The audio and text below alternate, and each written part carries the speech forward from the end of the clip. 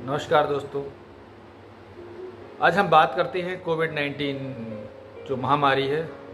तो पहले हम ये समझ लेते हैं कि ये कोविड-19 जो बीमारी है इसको हम कोविड-19 क्यों कहते हैं। तो दिसंबर 2019 के आखिर में जब चीन में इसका पहला मामला सामने आया तो इसे कोरोना वायरस फैमिली के विस्तार के रूप में देखा गया। अब ये वायरस नया होने की वजह से इसे नोवेल और कोरोना फैमिली की होने की वजह से इसे COV नाम दिया गया। इस तरह नोवेल कोरोना कहा गया और चूंकि ये बीमारी पैदा करने वाला है इसलिए इसे डिसीज माना गया। तो अब हम देखते हैं कि ये हो गया नोवेल कोरोना वायरस डिसीज 2019।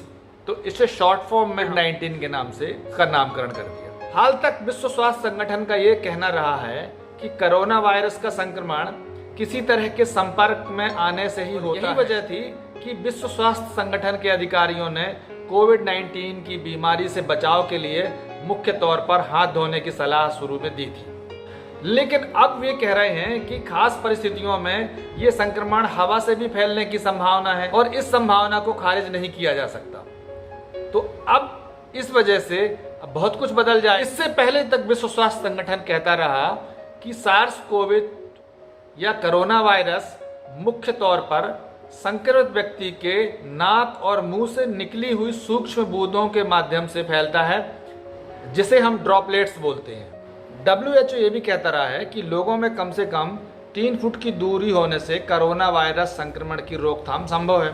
लेकिन अब अगर हवा के जरिए वायरस को फैलने की संभावना बताई गई है तो इसलिए हमें इसके संक्रमण को रोकने के लिए जो नियम हैं उनको बदलने की ज़रूरत है और इसलिए उन्होंने वायरस के प्रसार को रोकने के लिए बड़े स्तर पर रोकथाम की ज़रूरत है। इसमें न सिर्फ फिजिकल डिस्टेंसिंग बल्कि मास्क के इस्तेमाल को भी बताया गया है। भारत सरकार की एक एडवाइजरी का कहना है कि एरोसेल हवा में 10 मीटर तक जा सकती हैं। इसलिए कोरोना संक्रमण से बचने के लिए घर के भीतर रोशनदान खुले होने चाहिए तथा वेंटिलेशन ठीक से हो, हवा यहाँ से वहाँ खुले पे आए जाए, इस तरह का रहवास होना चाहिए।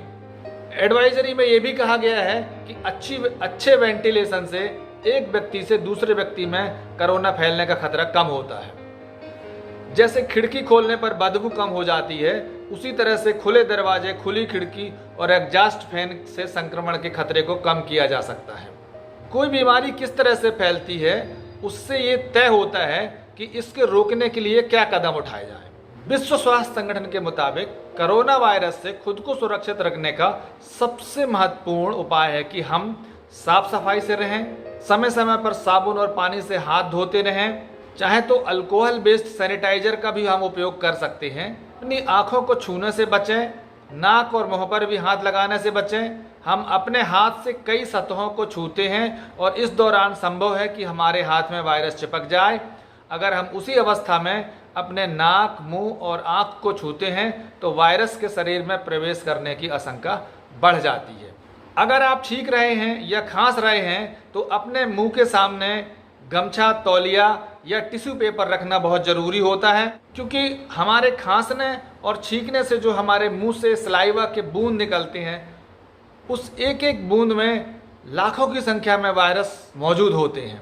एक अनुमान के मुताबिक खांसने से 3000 सलाइवा ड्रॉपलेट्स बाहर आते हैं और छींकने से 40,000 तक सलाइवा ड्रॉपलेट्स बाहर आते हैं और एक ड्रॉपलेट्स में 20 लाख कोरोना वायरस तक होते हैं।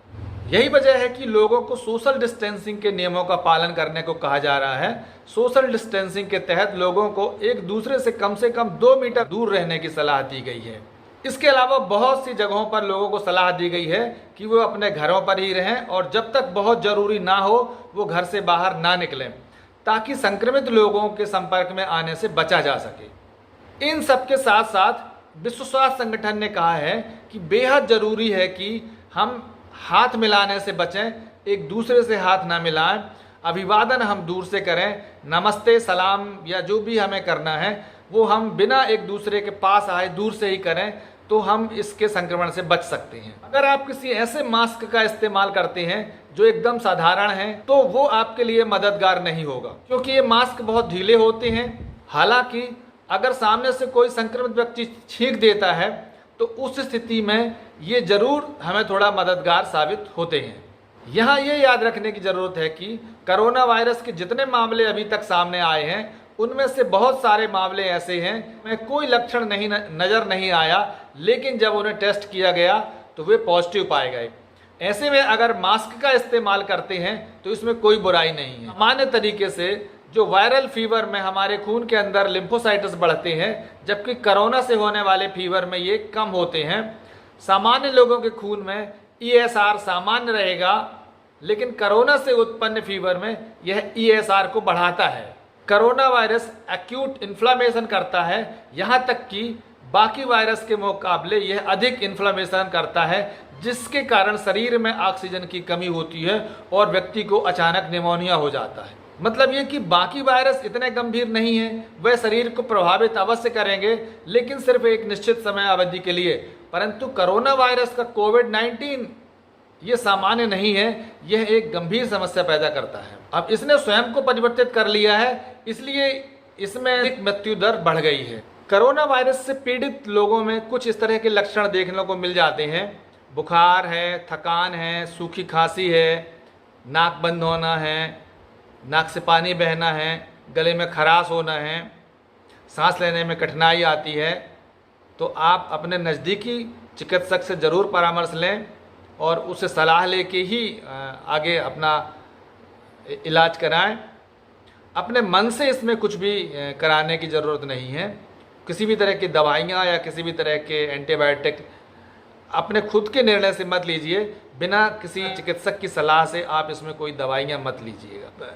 अगर इस बीमारी में आपने पहले अपना चेक करा लिया और आपको पता चल गया तो इसके शुरुआती लक्षण जो आते हैं उस समय ही इसे कंट्रोल कर लिया जाता है और ये बहुत नहीं बढ़ पाती। लेकिन अगर ये सेकंड स्टेज में 5 से 6 दिन 7 दिन के बीच में पहुंच जाती है, तब आपको परेशानी होती है और फिर आपको ऑक्सीजन का लेवल कम होने लगता है और फिर आपको हॉस्पिटलाइज होना पड़ता है। इसलिए बहुत ज़रूरी है कि आप अपना टेस्ट करा लीजिए। अगर आपको ऐसा लग रहा है तो कि मुझे लक्षण है, आपको डरने की ज़रूरत नहीं है और तुरंत इसको टेस्ट कराते हुए डॉक्टर की परामर्श करके और अपने घर में ही क्वारंटाइन होकर आप इस बीमारी से लड़ सकते हैं। और घर में जब क्वारंटाइन होते हैं तो घर के सदस्यों से दूरी बना के रखें। घर में एक दूसरे के कपड़ों का उपयोग ना करें, एक दूसरे की साबुन का उपयोग ना करें, एक दूसरे से नज़दीकी बना के ना रहें। हमें डिस्टेंस का पालन करें। मास्क अवश्य लगा के रखें और मास्क फिट मास्क लगाएं जिसमें कि कोई आसपास से कोई गुंजाइश ना हो कि आपका इन्फेक्शन बाहर जा सके या किसी दूसरे का इन्फेक्शन आपके पास। और अधिक जानकारी हासिल करिए और इस बीमारी से लड़िए और इस बीमारी को मार भगाइए। और अंत में मित्रों, टीका ही एक ऐसा उपचार है जो इस बीमारी से लड़ने की क्षमता पैदा करता है अंदर। इसलिए जो कई तरह के भ्रम आसपास आपको सुनने को मिल जाएंगे, आप उन भ्रमों पर ना जाइए। आप टीका लगवाइए और ख़ुद को सुरक्षित रखिए। तो कैसी लगी ये जानकारी कमेंट बॉक्स पर ज़रूर लिखें।